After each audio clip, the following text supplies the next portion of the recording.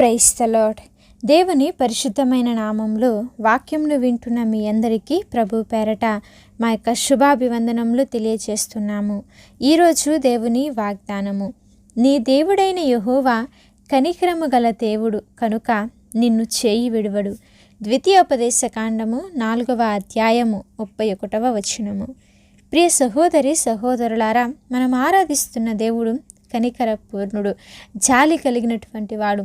మనలను కానీ మన కుటుంబాలను కానీ ఆయన ఎన్నడూ కూడా చేయితిని విడవక నడిపిస్తున్నాడండి.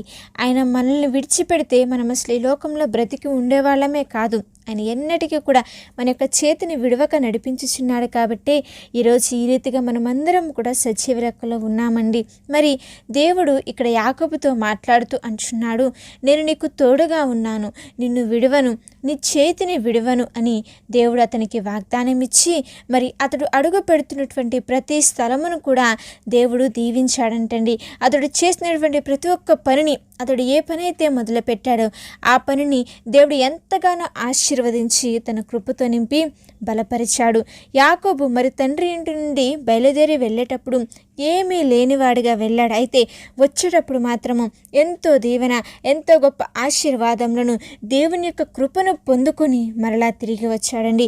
ఈరోజు అదే దేవునికి మనము ప్రార్థన చేస్తున్నాం. కాబట్టి ఆయన మనతో మాట్లాడుతూ అంటున్నాడు, నేను నిన్ను విడువను, నీ యందు నేను కనికరము కలిగి ఉన్నానని ఆయన సెలవిస్తున్నాడు. ఆయన ఎన్నడూ కూడా మన చేతిని విడవడు. ఒకవేళ మనం ఆయన చేతిని విడిచిపెట్టేసినా సరే మన చేతిని విడవకుండా పట్టుకొని నడిపిస్తున్న దేవుడు. అయితే ఈ యొక్క వాగ్దానము మరి మనందరి జీవితాలలో నెరవేరాలి అంటే మనము దేవుని వైపు మనస్ఫూర్తిగా తిరగాలండి. ఎప్పుడైతే మనము మనస్ఫూర్తిగా దేవుని వైపు తిరిగి ఆయన ఆరాధన చేస్తామో అప్పుడు ఆయనంట మన యందు జాలి పడతాడంటండి. మనుషులు ఎంతోమంది మీ మీద జాలిపడి ఎంతో కొంత సహాయము చేసి ఉండవచ్చేమో, కానీ వారు ఎట్టి పరిస్థితుల్లో కూడా మీ యొక్క జీవితాన్ని మార్చలేరు. అయితే మనం ఆరాధిస్తున్న దేవుడు మన జీవితాలను, మన యొక్క పరిస్థితులన్నింటినీ కూడా మార్చివేస్తాడు. ఎక్కడైతే మీరు వెలివేయబడ్డారో, ఎక్కడైతే మీరు అవమానింపబడ్డారో, ఎక్కడైతే మీరు త్రోసివేయబడ్డారో అక్కడే దేవుడు నిన్ను ఘనముగా హెచ్చించబోతున్నాడు. అక్కడే దేవుడు నిన్ను గణపరచబోతున్నాడు.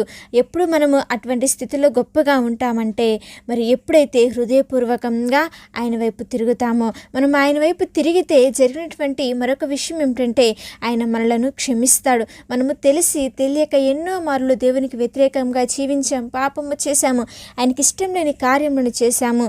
మరి పాపములను క్షమించడం అనేది కేవలం ఆయనకి మాత్రమే సాధ్యము. కాబట్టి మన పాపములు క్షమించబడాలి అంటే మనము దేవుని సన్నిధిలో మనం చేసినటువంటి ప్రతి ఒక్క దుష్కార్యములన్నింటినీ కూడా ఒప్పుకుంటాము.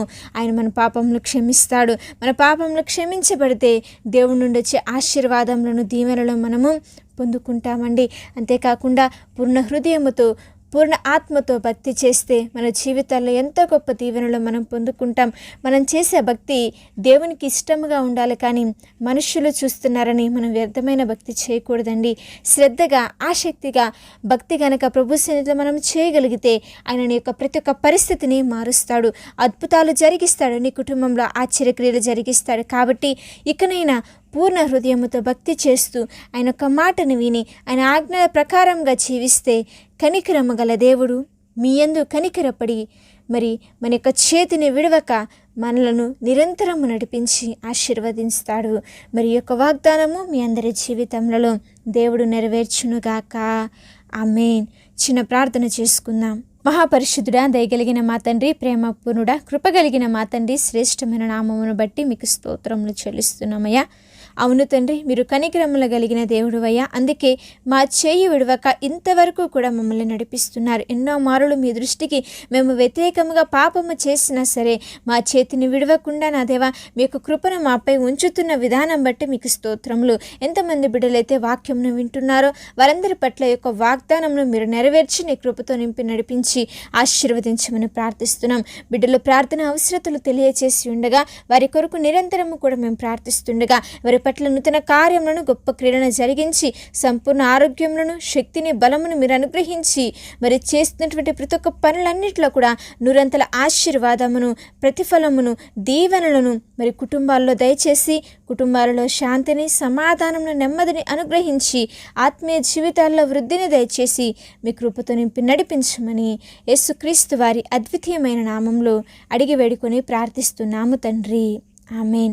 అలాగే మీ యొక్క ప్రార్థన అవసరతలు మాకు తెలియచేసిన ఎడల మేమందరం కూడా మీ గురించి ప్రార్థన చేస్తాము. దేవుని యొక్క కృప మీ అందరికీ తోడై ఉండి నడిపించును.